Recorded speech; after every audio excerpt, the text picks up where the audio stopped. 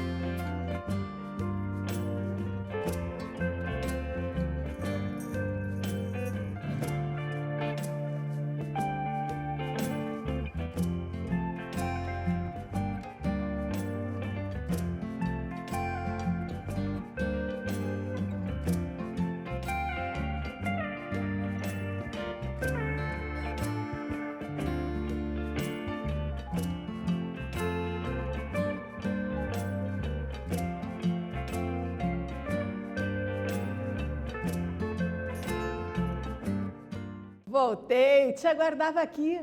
Primeiro uma pergunta, tá tudo certo aí nesse caderno, lápis, borracha, acessórios para conferir a tarefa? Muito bem, então vamos conferir. Na letra a descrição no trecho lido é densa e minuciosa. Podemos inferir que se trata da Mata Atlântica. Na letra B, é o paquequer, saltando de cascata em cascata, enroscando-se como uma serpente. Repare que aqui o rio está sendo comparado a quê? A uma serpente. Então, se ele é uma serpente, também ganha vida com a personificação animal. Percebe? Atividade 2, só para os seus olhos, claro. Letra A. Releia o trecho a seguir e diga qual a figura de linguagem usada. Dir-se-ia que vassalo e tributário desse rei das águas, o pequeno rio, altivo e sobranceiro contra os rochedos, curva-se humildemente aos pés do suzerano. E na letra B, percebe-se que a relação entre os rios parte de uma analogia do mundo feudal. Quem seria o vassalo e por quê? Então lembra lá do feudalismo, né? Vassalo é quem serve, né? Suzerano é o rei. Então pense lá, ó. Quem é quem aqui? Faz aí que eu te aguardo aqui.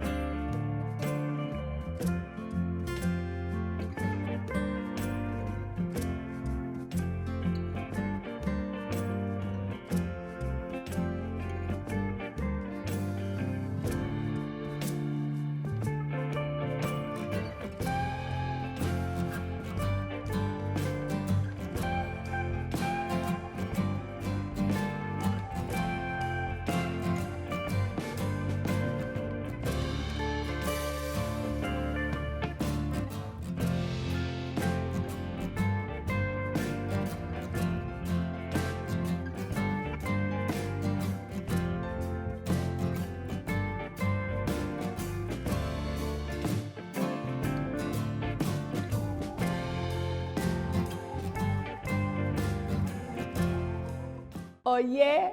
Vamos conferir então? Estava te aguardando. Observe a proposta da questão A com mais vagar. Releia o trecho a seguir e diga qual figura de linguagem utilizada.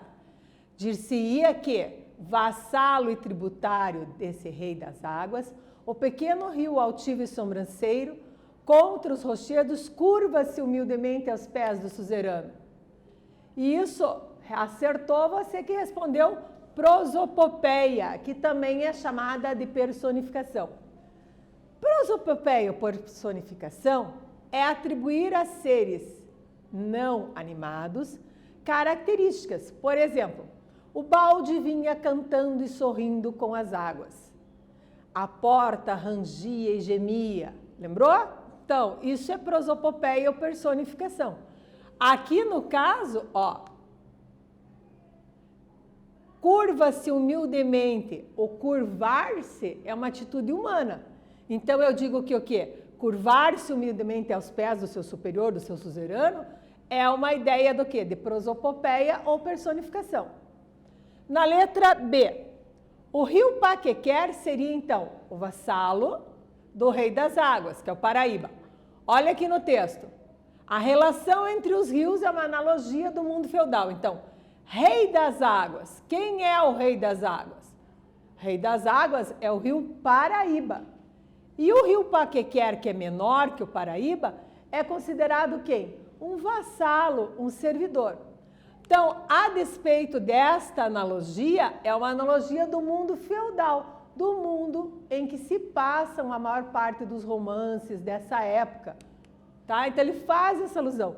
No Brasil não tinha suzeranos e vassalos, né? Aqui era um império. Então, o que acontece? Ele faz uma alusão a uma característica da Europa. Chegamos à estrutura da obra. Coloquei uma imagem do nosso autor, José de Alencar, e agora perceba que a obra ela é dividida em 4 partes. Então, na primeira parte, chamados aventureiros, na segunda parte, nosso herói, Peri, na terceira parte, os aimorés, e na quarta parte, a catástrofe. Essa obra foi publicada nos folhetins, né, do Jornal Diário do Rio de Janeiro. Ou seja, semanalmente era publicado um capítulo. Eles fizeram isso com o romance Iracema também. E essa técnica do folhetim perdura até hoje nas novelas, por exemplo, né? Então sempre termina num ponto culminante, num ponto interessante, para no dia seguinte a pessoa ter vontade de ler aquele capítulo novamente, ou no caso da novela, assistir. Então essa é a chamada técnica do folhetim. Eles faziam isso no rodapé do jornal da época para que as pessoas comprassem mais o jornal, uma estratégia.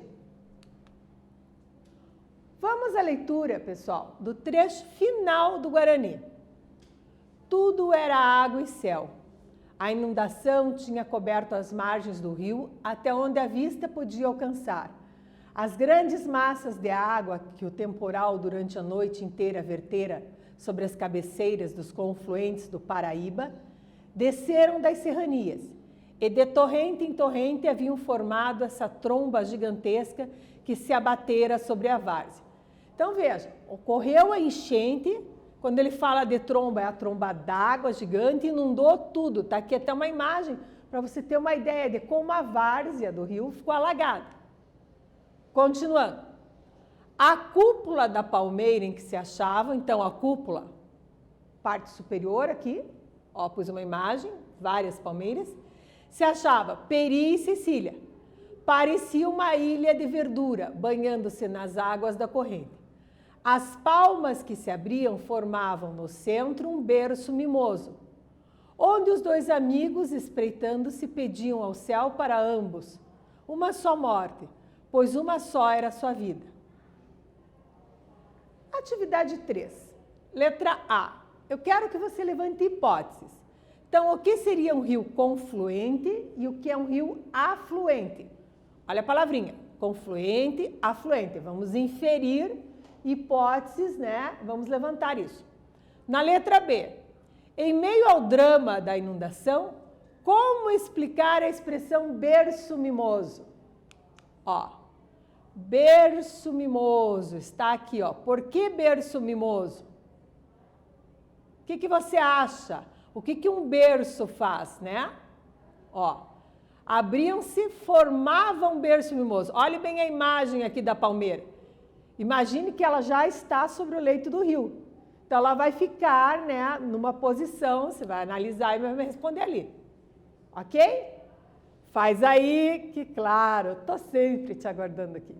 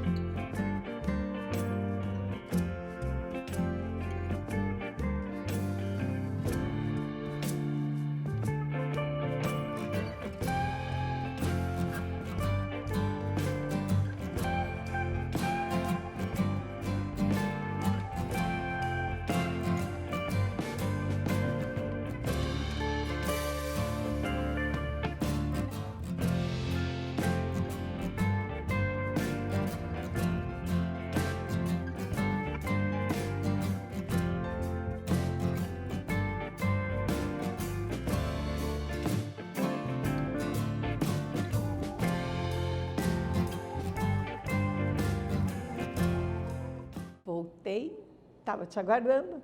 Vamos gabaritar a atividade? Eu perguntei na letra A o que era um rio confluente e afluente. Então, ambos são rios, porém, os cursos da água é que diferem. O rio confluente, ele desemboca na mesma foz com outro rio, então ele conflui. E o rio afluente, ó, aflui, ele vai para outro lado, que é considerado o principal em relação a ele. Então tem o rio principal e as várias ramificações são os afluentes. Na letra B eu te pedi do berço mimoso. Então o berço mimoso seria o quê? Imagine, ó, essa palmeira, ó, dá uma olhada ao reflexo aqui na água. Ela estaria na água, flutuando. Então ela forma com seus galhos o berço mimoso. Então, o espaço da cúpula da palmeira, que carregava o casal, mesmo diante da inundação, contribui para que eles estejam dentro, flutuem e se salvem. Então, o amor, né, dos dois está salvo, eles também. O epílogo da obra. Ah, agora sim. O romance O Guarani de José de Alencar, tendo como protagonista Peri e Cecília, encerra-se com um belo e enigmático epílogo, que evidencia a ação do homem face às forças da natureza. Olha o trecho. O rio, estorcendo-se em convulsões, saltou um profundo gemido e cavernoso. Um gemido profundo e cavernoso. Peri e Cecília apenas contemplava a fúria da natureza. Então, olha que lindo esse final, gente. A atividade 4, claro, é exatamente, ó, sobre isso. Então, releia. Peri e Cecília apenas contemplava a fúria da natureza. Como essa ação é caracterizada no romance? Na letra B, qual é o foco narrativo do Guarani? Letra C, há parcialidade e falta de distanciamento do narrador? Ela serve para induzir o leitor a acreditar em que tese? O que você acha disso? Ó, dica. Já voltamos. Faz aí rapidinho.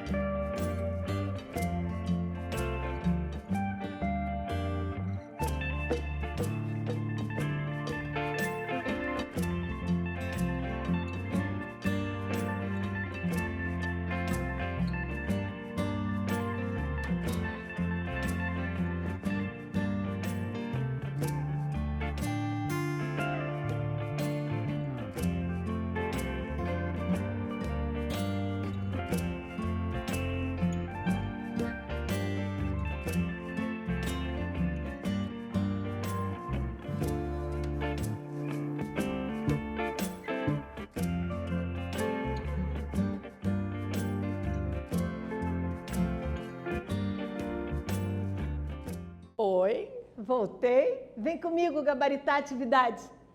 Olha só, na letra A, eu te perguntei como a ação é caracterizada no romance. Então, um espetáculo grandioso, né, uma sublime loucura, quando Peri e Cecília apenas contemplavam a fúria da natureza. Na letra B, em relação ao foco narrativo, né? O foco narrativo está em terceira pessoa. Sendo o narrador o quê? Onisciente e intruso. Sim, ele sabe tudo que a personagem sente, fala, faz, né? Lembrando que narrador onisciente é isso. E também é intruso.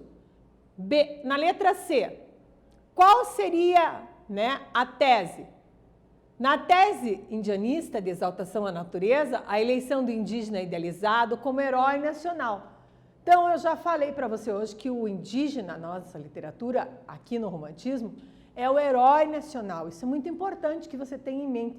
Ele vai ter poderes, exaltação da força, da virilidade, ele será destemido. Na trilogia indianista, Iracema, o Guarani e o Birajara, você percebe bem essas características. Eu até recomendo para você a leitura da trilogia. Perfil de mulher, a Iracema, aqui o Guarani, depois você tem o Birajara. você vai ter um contato com como o índio é tratado, toda a heroicidade indígena mostrada nesses romances. O tigre tinha se voltado ameaçado e terrível, aguçando os dentes uns nos outros. Rugindo de fúria e vingança, de 2 saltos aproximou-se novamente. Era uma luta de morte a que ia se travar. O índio sabia e esperou tranquilamente, como da primeira vez, a inquietação que sentira no momento que a presa lhe escapasse. Desaparecera. Estava satisfeito. Assim esses 2 selvagens das matas do Brasil, cada um com suas armas, cada um com a consciência de sua força e coragem. Perceba a valorização da mata, né, do indígena. Há romance nos dias atuais?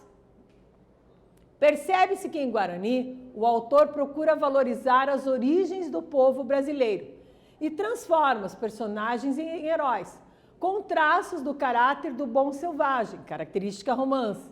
Então, era a pureza, a valentia, o brio, né, que é o orgulho. Essa tendência é típica do romance indianista. As emissoras de televisão sempre apostam nessas narrativas do modelo folhetim, as novelas, também chamadas séries ou seriados, e estabelecem um diálogo direto com a origem dos folhetins e seus desdobramentos. Muitos roteiristas de cinema têm produzido suas trilogias assim, por exemplo. Claro que você já deve ter visto trilogia, já deve ter visto série. Recomendo a você a leitura, então, da trilogia indianista, da nossa literatura. E perceba sempre essa técnica de folhetim utilizada, né? O que aprendemos? Analisamos um trecho do Guarani de José de Alencar, reconhecemos características da obra e do período literário em questão, observamos a linguagem literária empregada nos trechos lidos, relacionamos o formato do século XIX às narrativas atuais, que é o que a gente falou agora da técnica do folhetim e das séries, das novelas. Nesse vídeo falamos sobre romance. Espero que você tenha gostado e até breve.